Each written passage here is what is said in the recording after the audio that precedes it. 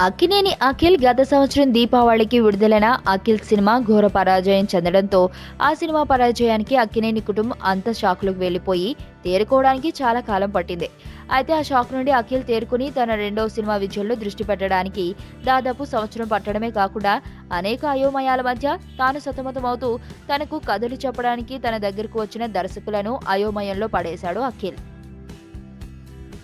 ఇన్ని అయోమయాల మధ్య అఖిల్ విక్రమ్ కుమార్ దర్శకత్వంలో నటిస్తున్న తన రెండవ సినిమా లాంచింగ్ ను చాలా గ్రాండ్ గా చేయించుకోబోతున్నాడు. ఫిలిం నగర్ లో వినబడుతున్న వార్తల ప్రకారం వచ్చే నెలలో మంచి రోజులు మొదలయ్యాక కొంతమంది జ్యోతిష్కుల సలహా మేరకు నాగార్జున అఖిల్ జాతకరీత్యా వచ్చే నెలలో రాబోతున్న ఒక మంచి రోజున ఈ సినిమాను ప్రారంభించబోతున్నాడు.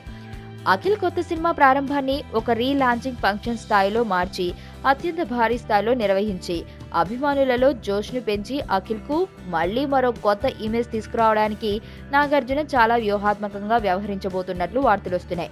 ఈ ఫంక్షన్ కు సినిమా రంగానికి రాజకీయ రంగానికి చెందిన ఎందరో ప్రముఖులను ఈ ఫంక్షన్ కు అతిథులుగా పిలిచి అఖిల్ రెండో సినిమా ప్రారంభాన్ని అఖిల్ మొదటి సినిమా ప్రారంభమా అన్న విధంగా మార్చి ఈ లాంచింగ్ ఫంక్షన్ ద్వారా అఖిల్ కు మీడియాలో హైప్ తీసుకురావడానికి అన్ని ఏర్పాట్లు నాకు పూర్తి చేస్తున్నట్లు వార్తలొస్తున్నాయి.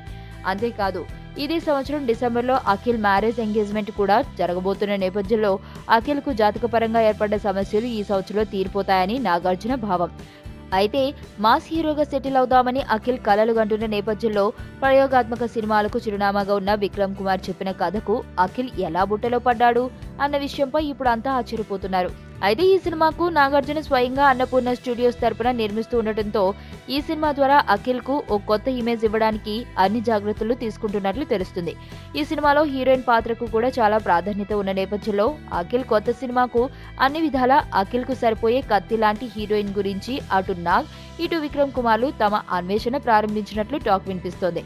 విక్రమ్ కుమార్ సినిమాలు డిఫరెంట్ గా ఉన్నాయి అన్న పేరు వస్తుంది, కానీ ఇప్పటి వరకు విక్రమ్ కుమార్ తీసిన ఏ సినిమా కూడా బ్లాక్ బస్టర్ హిట్ కాని నేపథ్యంలో అఖిల్ కోరికను ఎంతవరకు విక్రమ్ కుమార్ నెరవేర్చగలడు అన్నదే ప్రశ్న. ఎందుకు ఇదంతా చేస్తున్నావు? ఏంటి నీ ప్లాన్? ఆ ఇంటి గురించి ఏం తెలుసుకోకుండా వచ్చారా? రూబీ అని అమ్మాయి ఉండేది, హీరోయిన్ అవ్వాలని ముంబై వచ్చింది. చేతిలో బంగారం పెట్టుకుని పిచ్చోడ్లో మాట్లాడుతున్నాం. ఎవరు అసలు మేడం? వీడు నా మేనేజర్. మీ ఆవిడికి దెయ్యం పట్టిందా లేక మీ ఆవిడే దెయ్యమా?